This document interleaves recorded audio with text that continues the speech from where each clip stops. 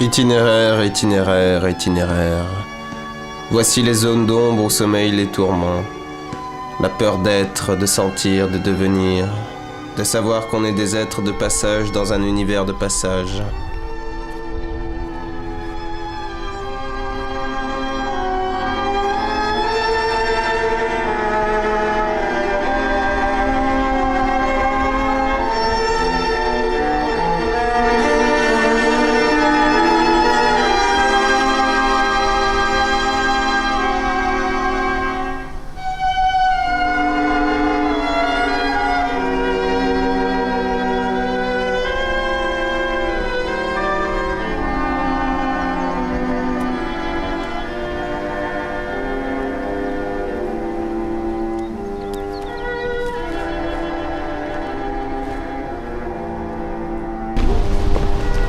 Monsieur, excusez-nous, vous pourriez nous prendre en photo, s'il vous plaît? Ah, bien sûr.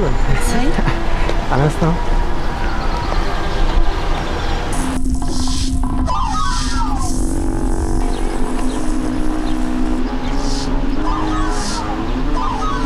Ah, je vous vois. Je vous vois. Hey.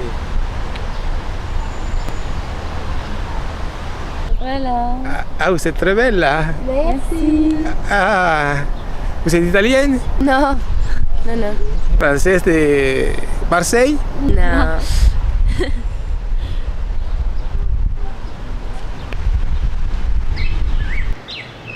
Une vision de la terre sans mal, itinéraire, itinéraire. Les rencontres sont encore possibles. Des femmes qui raconteraient notre histoire, la chuchotant.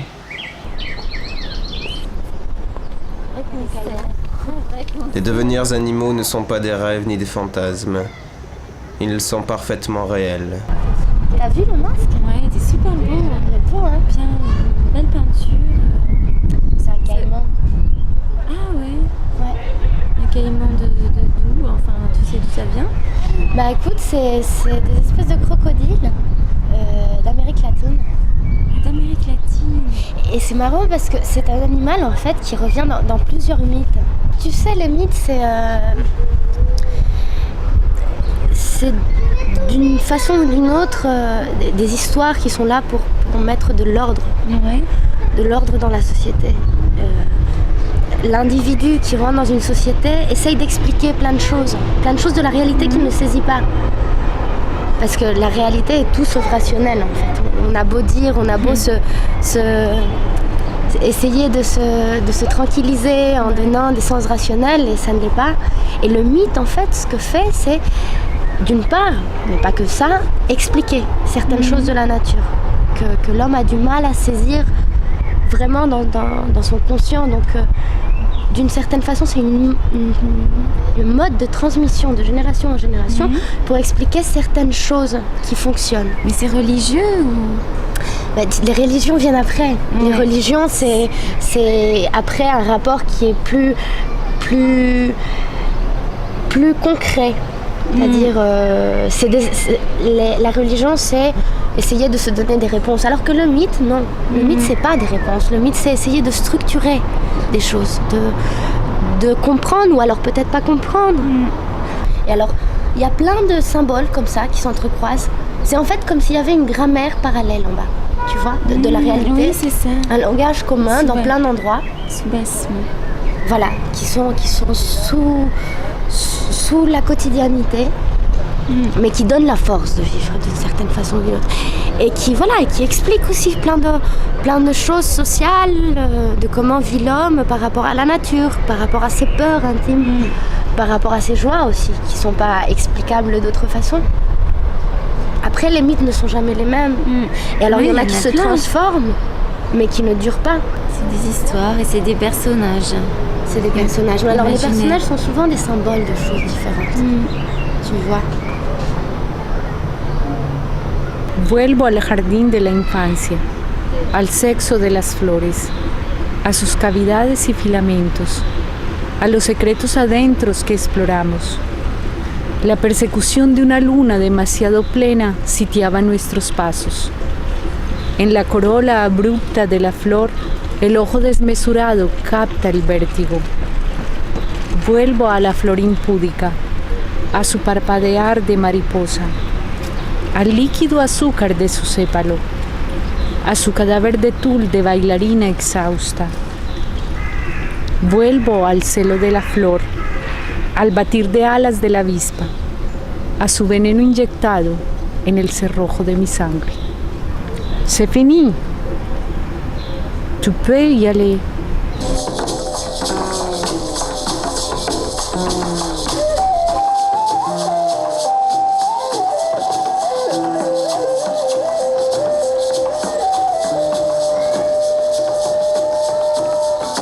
On s'engage à vie pour toujours dans l'aventure de l'art. On vous parle des temps immémoriaux hors de l'espace, hors du temps. Rien ne vient combler le silence qui continue à peser sur le mystère de l'identité.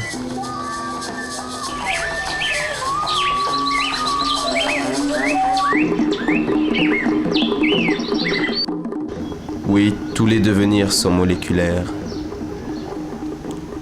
Esprit des eaux, esprit moqueur, un monde sans montre, sans date. Ça fait longtemps qu'on attend, non? C'est bientôt l'heure, ce n'est pas encore l'heure. C'est déjà du passé, c'est pour bientôt. Quel temps exécrable. Tu te rappelles du type qu'on avait vu, tu disais que son masque était un caïman. Ouais. Mais donc c'est un mythe aussi, ça? Oui. Ah oui? Oui, ben, je vais te le raconter. C'est un mythe des Indiens Wayuu, qui sont les Indiens qui se trouvent au nord de la Colombie.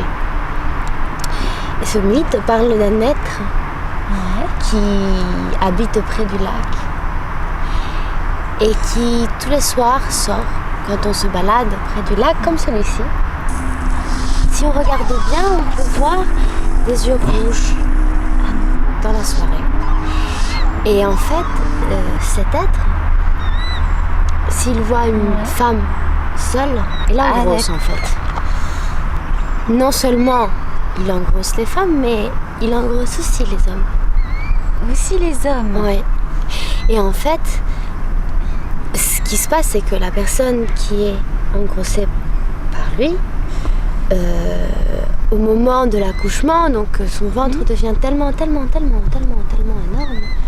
que finalement, au lieu d'accoucher un être, elle explose. Parce que de ce ventre, ce qui sort, c'est tous les reptiles, toutes les vipères, qui sont des individus, des êtres qui sont dans le lac, qui sont les maîtres du lac. Parce que l'homme n'est pas tout puissant. Et donc il a une tête de caïman et il est complètement caïman ou il a quoi comme corps?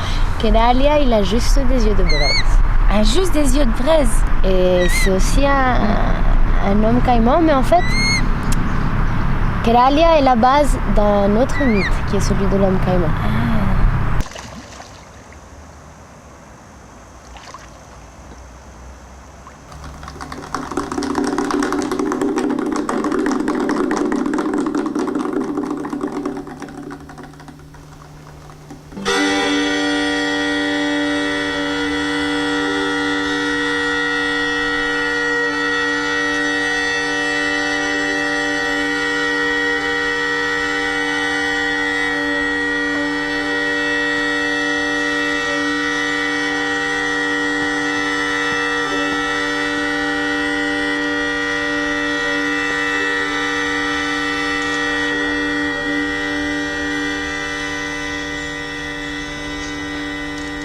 Tu disais qu'il y avait une autre version de l'homme caïman? Oui, il y a une version qui est plus urbaine, qui vient d'un petit village qui s'appelle Plato, au bord du fleuve Magdalena, qui est le grand fleuve. Et donc apparemment, il y avait un homme qui s'appelait Saoul, qui adorait voir les femmes toutes nues. Comme les femmes à l'époque n'avaient pas de salle de bain, elles se baignaient dans la rivière. Lui, il adorait voir les femmes nues, même celles de sa famille. Alors, un jour, il décida d'aller voir un sorcier Wayuu, justement, pour qu'il lui donne la façon de pouvoir passer inaperçu. Ce sorcier lui a donné une potion, 2 potions. Dans une des potions, il y avait la façon par laquelle il allait devenir un caïman. de cette façon-là, il pouvait être dans la rivière voilà, il faisait tranquillement, assez inaperçu. Et dans l'autre, il y avait celle qui le faisait retourner en homme. Et donc, il est parti avec un ami à lui. Ouais. Il a pris la potion pour devenir caïman. Il est rentré dans le lac. Et là, il a vu toutes les femmes nues et il était en pleine extase. Et il a passé longtemps, très longtemps. Et quand le bain s'est fini, il est revenu vers son copain. Et quand il a voulu approcher, son copain a eu peur, très peur, parce qu'il a vu cette énorme gueule qui semblait être un truc horrible. Oui. Puis de peur, il a fait un mouvement et la fiole où avait le liquide pour qu'il redevienne homme s'est cassée. C'est cassé, ah là là. C'est cassé, mais c'est cassé sur lui. Et en fait, c'est cassé que sur sa tête et le haut de son corps. Donc il est devenu moitié homme, moitié caïman. moitié caïman. Ça a été terrible parce que les gens du village ne voulaient plus le voir. À un moment donné, il a décidé de partir. Donc il a redescendu le Magdalena. Puis il est arrivé à Barranquilla, qui est une grande ville. Et à ce moment-là, il y avait une espèce de fête énorme où tout le monde était déguisé. Et donc ça a été la première fois où il a pu se présenter devant les gens parce que tout le monde pensait qu'il était déguisé. On pensait que c'était un déguisement. Voilà, d'accord. Qui était très réussi. Et puis c'est d'ailleurs de là que vient une chanson qui est très connue. Se va el caimán. Se va el caimán. Se va el caimán, se va el caimán. Se va para Barranquilla, se va el caimán, se va el caimán. Se va para Barranquilla comiendo pan. Y arepa con mantequilla, se va el caimán, se va el caimán. Se va para Barranquilla.